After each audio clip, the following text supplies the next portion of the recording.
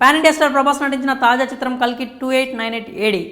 ఈ ఏడాది ఇప్పటి వరకు రిలీజ్ అయిన సినిమాల్లో హైయెస్ట్ కలెక్షన్స్ సాధించిన మూవీ ఇది. ఈ సినిమా ఎలాంటి రికార్డ్స్ బ్రేక్ చేసిందో ప్రత్యేకంగా చెప్పుకోవాల్సిన అవసరం లేదు. ఈ ఒక్క సినిమా చిన్న పెద్ద తేడా లేకుండా ప్రతి ఒక్కరూ మహాభారతం గురించి చర్చించుకునేలా చేసింది. ఇలాంటి ఒక మూవీ తీయడం కేవలం నాగ్ అశ్విన్కు మాత్రమే సాధ్యమని నిరూపించుకున్నాడు.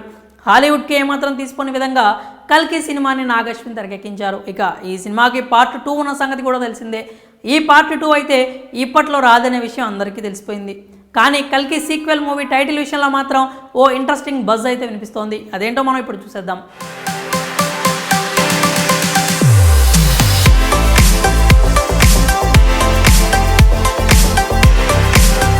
ప్రస్తుతం యంగ్ రెబల్ స్టార్ ప్రభాస్ వరుస సినిమాలతో బిజీగా ఉన్నాడు. ప్రభాస్ స్పీడ్ చూసి సినీ విశ్లేషకులు సైతం నోటి మీద వేలేసుకుంటున్నారు. ఆ రేంజ్లో వరుసగా ప్రాజెక్ట్స్కు ఓకే చెప్పి అందరినీ ఆశ్చర్యపరుస్తున్నాడు. తాను పరుగులు పెట్టడమే కాకుండా దర్శకులను కూడా డార్లింగ్ పరుగులు పెట్టిస్తున్నాడు. ఇక ఈ ఏడాది ఆల్రెడీ కల్కి మూవీతో బ్లాక్ బస్టర్ హిట్ అందుకున్న ప్రభాస్ ఆల్రెడీ కల్కి 2898 AD సినిమాకు సీక్వెల్ను కూడా అనౌన్స్ చేశారు.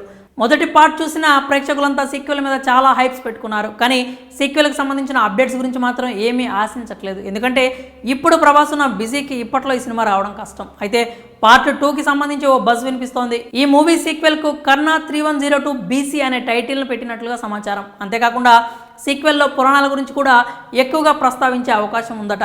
కల్కి మొదటి పార్ట్ను కర్ణుడి క్యారెక్టర్తోనే ముగించిన సంగతి తెలిసిందే. కాబట్టి సీక్వెల్ మొత్తం కూడా దాదాపు ఈ పాత్ర చుట్టూనే తిరిగే అవకాశం లేకపోలేదు. అందుకోసమే సీక్వెల్లో కర్ణ 3102 BC అనే టైటిల్ని పెట్టినట్టు తెలుస్తోంది.